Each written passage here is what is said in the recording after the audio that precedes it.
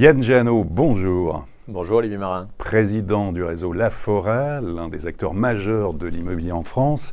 Alors avec vous, on va faire un tour d'horizon de l'actualité du marché, mais également voir une étude que vous avez menée sur l'impact environnemental, la valeur verte des logements, qui prend de plus en plus d'importance, et puis on évoquera la politique du logement. Voilà pour le programme. Tout d'abord, l'immobilier, le marché, l'activité est au plus haut, on vend, on achète des maisons, des appartements dans l'ancien qui se porte bien par rapport au neuf, on va dire. Est-ce que ce dynamisme du marché vous surprend ? Est-ce qu'il nous surprend ? Oui, dans une certaine mesure, puisqu'on sort de plusieurs années historiques en termes de volume de transactions. Déjà 2020, très récemment, qui est la deuxième meilleure année de tous les temps, et un engouement pour la pierre qui ne se dément pas. On le voit sur nos sites internet avec des trafics et des niveaux de trafic jamais rencontrés jusqu'à maintenant. On le voit dans nos agences, on le voit dans les visites avec des profils extrêmement larges, du primo-accédant, de l'investisseur, du jeune, des retraités qui ont d'autres projets. Donc un marché très tonique, très dynamique et qui ne se dément pas sur les 4 premiers mois de l'année. Alors on va le voir justement en images, on va voir quelques illustrations que vous allez pouvoir commenter sur vos chiffres. L'évolution donc au premier trimestre 2021, les chiffres donc de votre réseau La Forêt. Vous pouvez le commenter.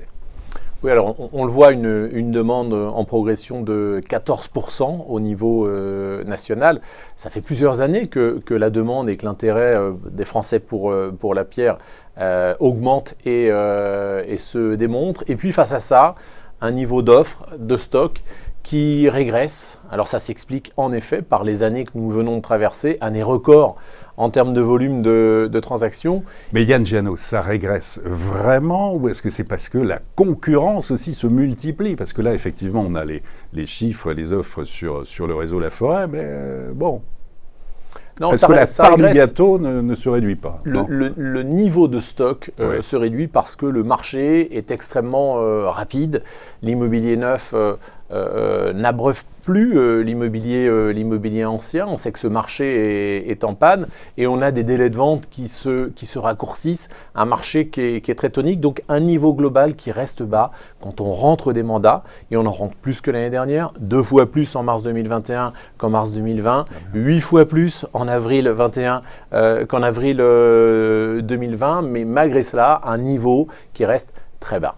Alors on va voir justement, vous l'évoquiez, ce sont les délais de vente, c'est l'illustration suivante. Voilà, on voit ces délais de vente donc, qui baissent partout, alors sauf à Paris, qui est un cas un peu particulier. Alors moins 5 en Ile-de-France, moins 5 jours aussi en région, et puis au niveau national, délai de vente moyen, 84 jours, donc au sein du réseau La Forêt, c'est moins 4 jours par rapport à la vague précédente, par rapport à l'an dernier, ou les moins 4 ? Par rapport à la fin de l'année dernière, par rapport au 31 décembre 2020, on reste sous cette barre des 90 jours, ça fait plusieurs années qu'on s'y trouve. Et en effet, l'aspérité, c'est les délais de vente à Paris.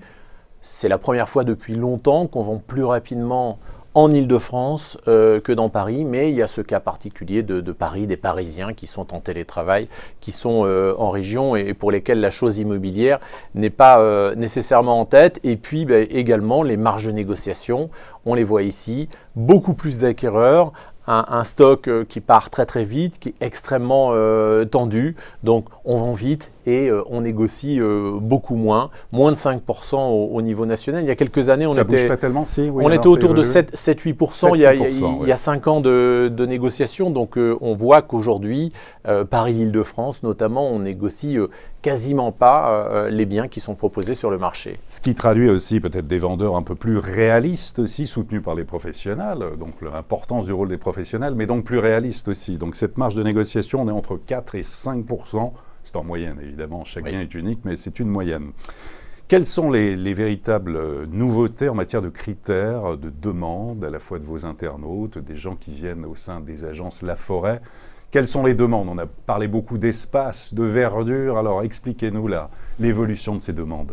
C'est vrai qu'avec les confinements à répétition, on a vécu les yeux dans les yeux avec son logement pendant plusieurs semaines et parfois plusieurs mois. Donc la pièce en plus, évidemment, est attendue pour travailler, pour télétravailler. On arrête de télétravailler sur la table du salon ou sur la table basse également du séjour.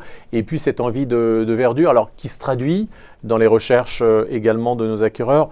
Traditionnellement, on a entre 55 et 60% des acquéreurs qui recherchent des maisons au sein du réseau La Forêt. Aujourd'hui, à fin avril, le curseur est poussé un peu plus loin. On est à 65%.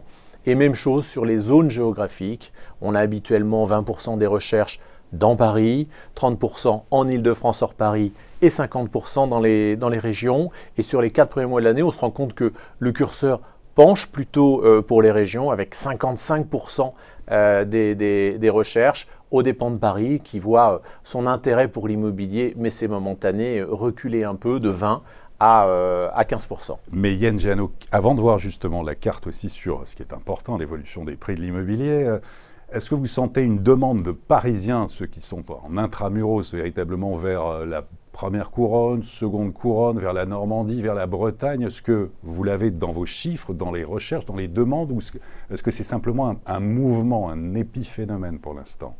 Alors c'est un phénomène qui n'est pas massif, mais qui est remarquable, notamment auprès des CSP+, qui très rapidement, après le premier confinement, ont franchi le périphérique, ont vendu un bel appartement pour acheter une maison en première couronne, ou aujourd'hui en Normandie, en Bretagne en effet, et globalement entre 1h et 1h30 autour de toutes les métropoles, que ce soit Lyon, que ce soit Bordeaux. L'attrait des villes moyennes, ça vous le sentez, vous le voyez?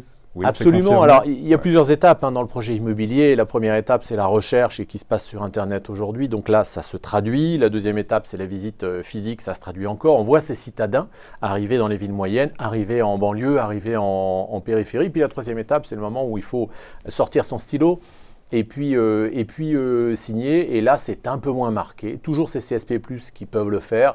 Schématiquement, une profession libérale peut aller travailler en Normandie et revenir à Paris 1 ou 2 journées par semaine. Mais pour la globalité des Français, ce sont encore les entreprises qui vont donner le là. Le télétravail, et on en parle beaucoup, ne fait que reculer dans les entreprises, tout simplement parce que télétravail signifie stratégie immobilière, stratégie RH, et que ça va prendre un peu plus de temps que prévu pour que les entreprises se positionnent, et ça drivera beaucoup de décisions pour savoir si on peut s'éloigner ou si on doit rester proche de son emploi. Mais vous sentez en tout cas ce mouvement de fond, cette tendance, et effectivement, en attendant pour l'instant, c'est vraiment l'emploi qui est le numéro 1. Alors vous parliez de carnet de chèques, on va le sortir, ce carnet de chèques, les prix de l'immobilier, on va le voir sur la carte. On va voir sur la carte du réseau La Forêt, l'évolution des prix, voilà, dans les différentes régions. À Paris, on est autour de 10 700 € sur le premier trimestre. On a des prix parisiens qui ont reculé sur le premier trimestre de 0,5%.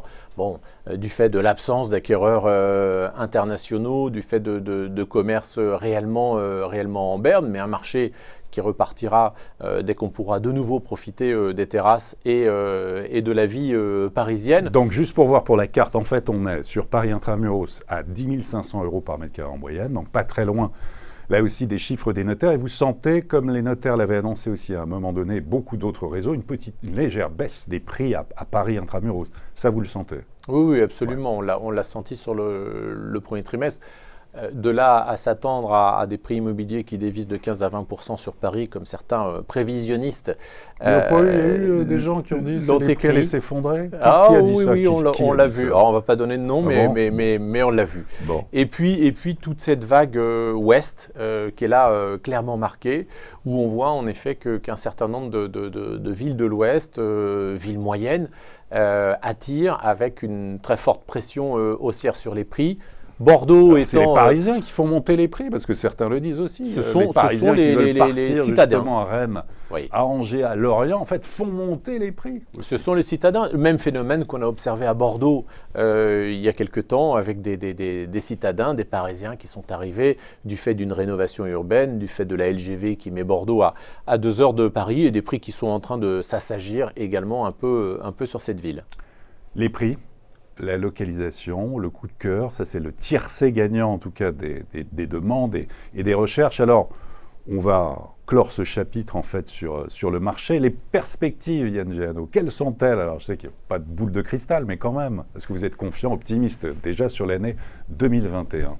Alors, ce qui va driver cette année, c'est, on l'a vu, l'appétence des Français pour la pierre, la demande, donc qui ne fait que croître, qui est toujours très présente. Face à cette demande, une offre très tendue, on rentre plus de mandats qui partent très rapidement.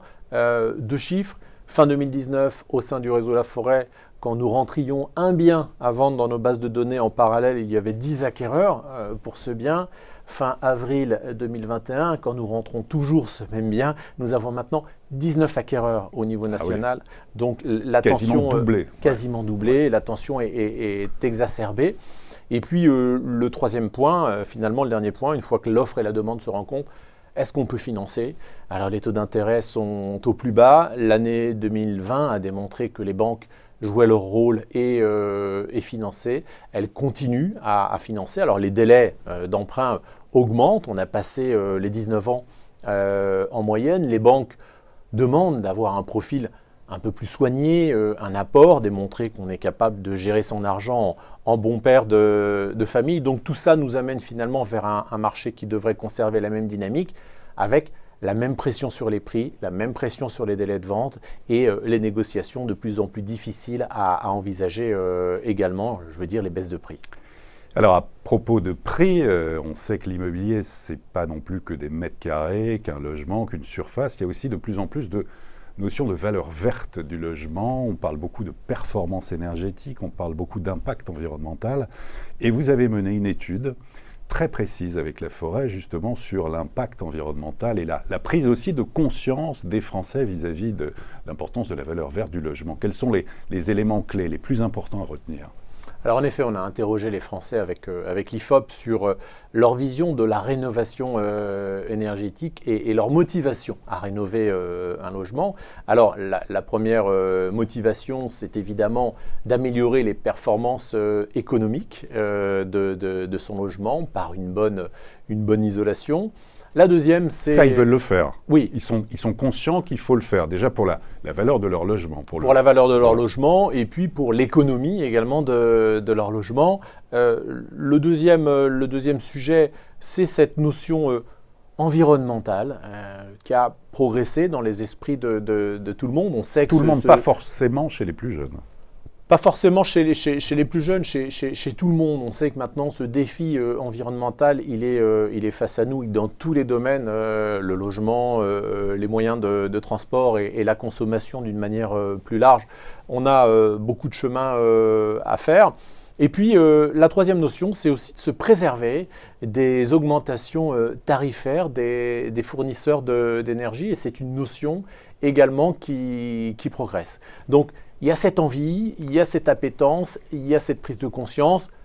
Est-ce qu'elle se traduira dans les faits? Ça semble être le cas, en tout cas en 2021, avec MaPrimeRénov'. Ça va pour vous dans le bon sens? Ça va dans le bon sens, même si je pense que si la rénovation énergétique est un enjeu majeur pour le parc immobilier français, on est loin du compte sur l'accompagnement financier.